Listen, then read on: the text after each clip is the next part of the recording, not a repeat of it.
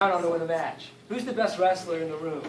And there really isn't any question about who the most outstanding wrestler on this team is. Nirel Kakon had an outstanding year. He's 24-4. He was third at YU. He's first in regionals. He's first in the Chicago Prep Conference. He finished his 10th all time. And I know that there's things that you look at his career, and there's a few matches he'd like to have back. Well, there's not a wrestler in the world who's ever stood up in front of a crowd and said that there's not a match that they would want to have back. Everybody wants to have a match back, and he lost a critical match, but that's not the measure of anything. It's not a measure of his career, or what kind of wrestler he is, what kind of athlete, what kind of human being he is. He came out in strong as a freshman.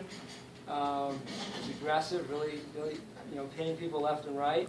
He had every one of his matches as a freshman. He pinned somebody. He worked his way up to be a second string guy as a sophomore. He was the only junior starter last year, and he is a fearsome competitor, fearsome wrestler. And one of the things to note about his career record, it's really tough to get matches, and especially if you're not on varsity. And the fact that he was able to manage to get 63 wins in the period when the era that he was wrestling with all the guys from last year who graduated, all the seniors from the year before that, is really quite remarkable that he was able to get so many victories and get so much time on varsity. And it's going to be tough to go into a wrestling room and know that Nirel Kakon's not there next year.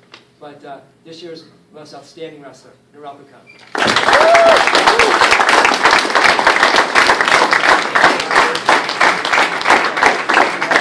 He also finished his 7th career-wise for kids.